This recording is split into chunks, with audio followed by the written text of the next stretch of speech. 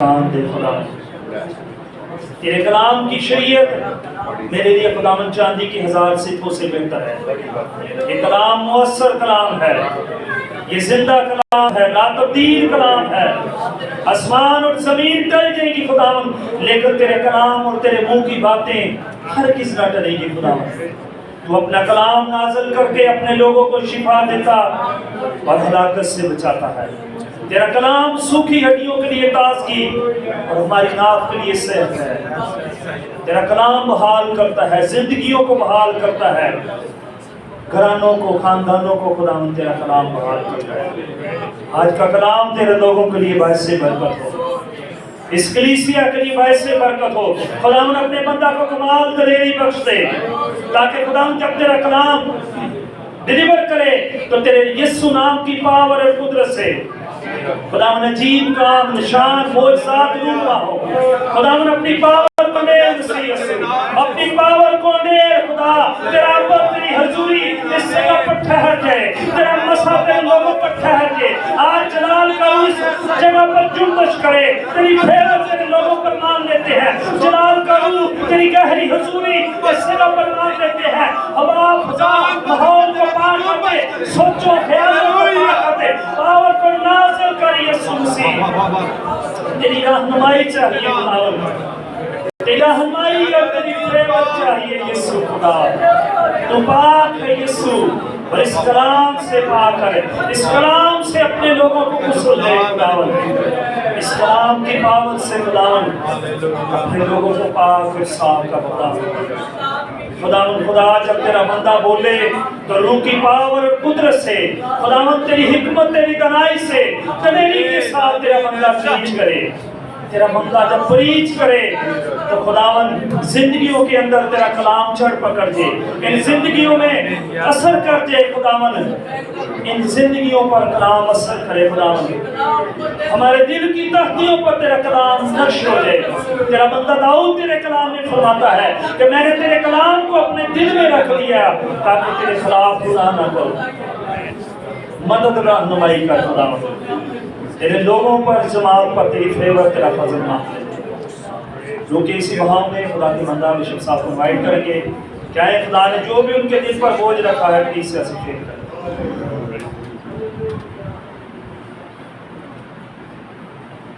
آپ سے بیٹھے تشریف رکھیں۔ خدا کا شکر ہو آپ سب کے لیے جو پرستش کرنے کے لیے، اس کی آواز کو سننے کے لیے یہاں پر جمع ہیں۔ آج ہم بائبل کو اسٹڈی کرنا چاہتے ہیں، سو اپنی بائبل اگر آپ کھول لیں اور ہم خدا کے کلام کو اسٹڈی کریں گے۔ سیموئیل کی کتاب، پہلا سیموئیل 29واں باب ہے، 30واں باب ہے جس کو ہم پڑھیں گے، لیکن میں تھوڑی سی بیک گراؤنڈ آپ کو بتانا چاہتا ہوں۔ ساؤل داؤد سے ڈرنے لگا، اسے یہ خوف چھا گیا اس کے دل کے اندر کہ ایسا نہ ہو کہ کسی دن لوگ اتنا داؤد کو چاہتے ہیں کہ مجھ سے بادشاہ چھین کر داؤد کو بادشاہی ملنا چاہے۔ سو وہ اس کی جان کا دشمن ہو گیا، اس کے پیچھے فوج لے کر اس کو فالو کر رہا ہے اور داؤد اس کے آگے آ گیا۔ اس سے جو سبق ہمیں ملتا ہے وہ یہ ہے کہ حسد آدمی کو کس حد تک پہنچا دیتا ہے کہ یہ کہیں بندہ مجھ سے آگے نہ نکل جائے، یہ آدمی مجھ سے زیادہ برکت نہ پا جائے، یہ آدمی میری جگہ بادشاہ نہ بن جائے۔ دوسرے کو پیچھے کر کے ہم زیادہ مطمئن ہوتے ہیں۔ ساؤل کے اندر یہی روح تھی، وہ خوف زدہ تھا داؤد سے کہ وہ کہیں میری جگہ نہ آئے۔ اینی داؤد نے سوچا کہ ایسا نہ ہو کہ کسی دن میں بالکل ہی اس کے نزدیک آ چکا ہے میں مارا جاؤں۔ وہ جا کر فلسطینیوں کے علاقے میں چھپ گیا۔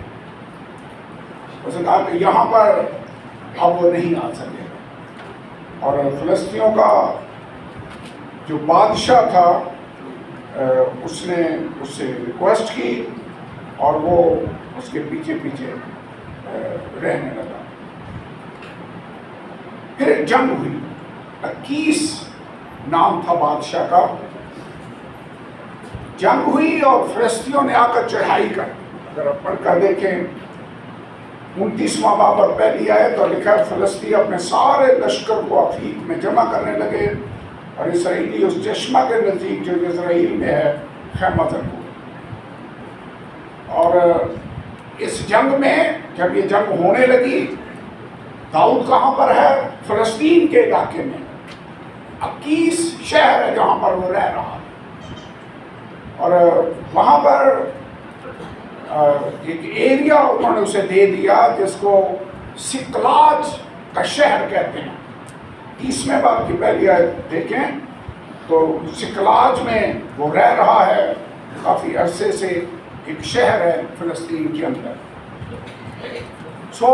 جب جنگ ہوئی تو فلسطینیوں کا لشکر نکلا اور داؤد اور اس کے ساتھ کے لوگ بھی وہ بھی فلسطینیوں کے ساتھ ہو کر نکلے تاکہ اسرائیلیوں سے جنگ کریں. جب یہ جانے لگے تو فلسطینیوں کے سرداروں نے کہا کہ یہ تو داؤد ہے اور یہ اس کے ساتھی ہیں. یہ وہی داؤد ہے جس کا استقبال ہوا. لوگوں نے کہا کہ ساؤل نے تو ہزاروں کو اور داؤد نے لاکھوں کو مارا. یہ کیسے پاسبل ہے کہ یہ ہماری طرف ہو کر اسرائیلیوں کے ساتھ لڑے؟ ایسا نہ ہو کہ یہ جنگ میں کہیں ہمارے خلاف ہو جائے اور ہمارے ساتھ رہتے ہوئے ہمیں شکست کا سامنا ہو جائے. لوگوں نے اس سے کہا اس کو واپس بھیج. ہم نہیں چاہتے کہ داؤد ہمارے ساتھ جنگ میں جائے. یہ 29ویں چیپٹر میں یہ سارا کچھ لکھا ہوا ہے. داؤد نے کہا نہیں میں تیرے ساتھ چلوں گا. اس نے کہا نہیں میں تو چاہتا ہوں کہ تو چلے لیکن جو میرے سردار ہیں جنگی سردار وہ نہیں چاہتے لہذا تو واپس چلا جائے. بائبل کے اندر لکھا ہوا ہے 29واں باب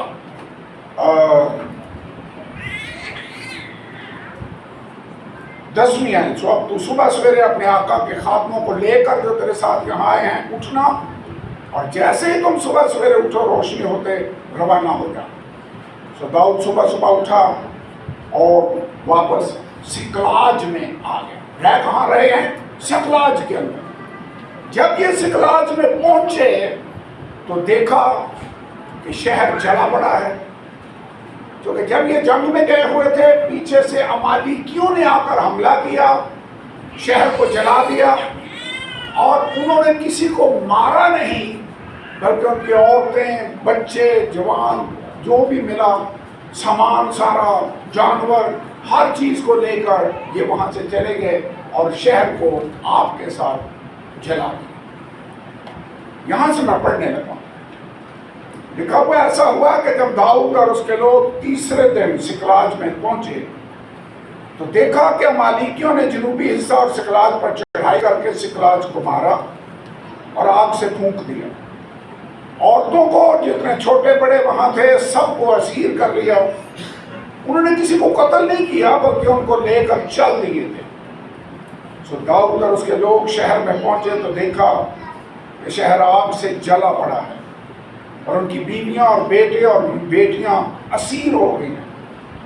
تب داؤد اور اس کے ساتھ کے لوگ چلا چلا کر رونے لگے یہاں تک کہ ان میں رونے کی طاقت نہ تھی.